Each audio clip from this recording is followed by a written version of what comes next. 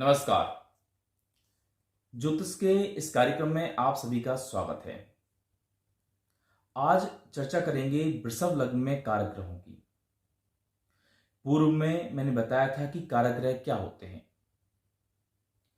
किसी लग्न विशेष में लग्नेश के मित्र ग्रह कारक ग्रह होते हैं।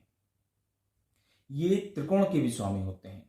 त्रिकोण यानी लग्न, पंचम और नवम, ये त्रिकोण है और इस त्रिकोण के स्वामी जो होंगे वो कारक ग्रह होंगे। इन त्रिकोण में जो राशियां होंगी उनके राशिपति कारक ग्रह कहलाते हैं। किसी की जन्म कुंडली में अगर कारक ग्रहों की दशा, अंतरदशा और पितृ दशा जब आती है तो व्यक्ति को उससे विशेष लाभ मिलता है। अगर ये कारक ग्रह किसी अच्छी स्थिति में है, किसी मजबूत स्थिति में बैठे हैं, किसी अच्छे भाव से संबंध बनाकर बैठे हैं, तो ये व्यक्ति को उस काल में, उस समय पीरियड में एक अच्छा परिणाम देते हैं।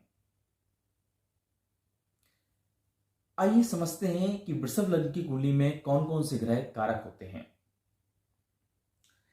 ये मैंने चार्ट बनाया है वृषभ लग्न का। लग्नेश यहां शुक्र बनते हैं और पंचम भाव के स्वामी बनते हैं बुध, और भाग्य भाव के जो स्वामी होते हैं, नवम भाव के स्वामी, वो बनते हैं शनिदेव।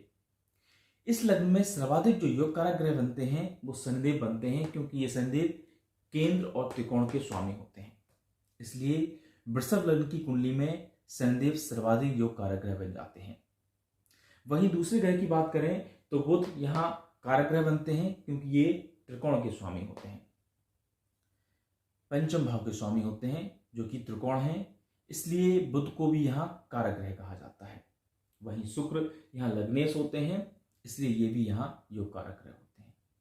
अगर ये तीनों ग्रह किसी अच्छे भाव में बैठे हों, बलाबल के साथ बैठे हों, तो इनकी दशा, अंतरदशा में व्यक्ति को विशेष लाभ मिलता है। वहीं अगर किसी अच्छे भाव या अच्छी स्थिति में हैं, तो इनके रत्नों को धारण करके इनसे लाभ लिया जा सकता है। जन्म कुंडली में वृषभ लग्न की अगर कुंडली की बात करें तो वृषभ लग्न की कुंडली में सूर्य और मंगल भी कारक ग्रह बनते हैं। अब यहां देखा जाए तो सूर्य और मंगल लग्नेश के मित्र ग्रह नहीं है, लेकिन ये लग्न है वृषभ, ये कर्म प्रधान है, कर्म को दर्शाती है। वहीं सूर्य और मंगल भी कर्म के कारक ग्रह हैं, इसलिए इस लग्न में सूर्य और मंगल कारक होते हैं। अगर इस लग्न में सर्वाधिक अकारक ग्रहों की बात करी जाए तो यहां सर्वाधिक अकारक बनते हैं देवगुरु बृहस्पति और चंद्रमा। देवगुरु बृहस्पति अष्टम यानी मारक भाव के स्वामी होने के कारण इस लग्न में सर्वाधिक अकारक होते हैं।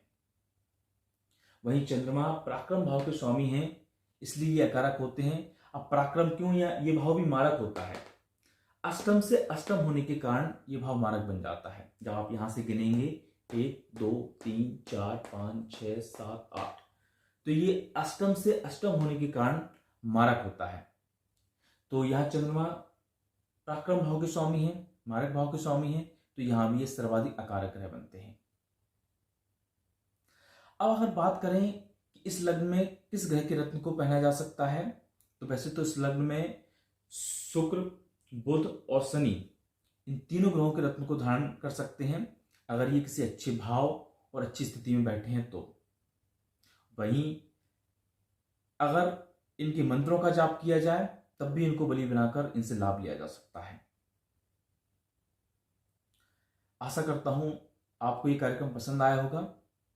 एक नए विषय के साथ फिर उपस्थित होऊंगा। तब तक के लिए नमस्कार।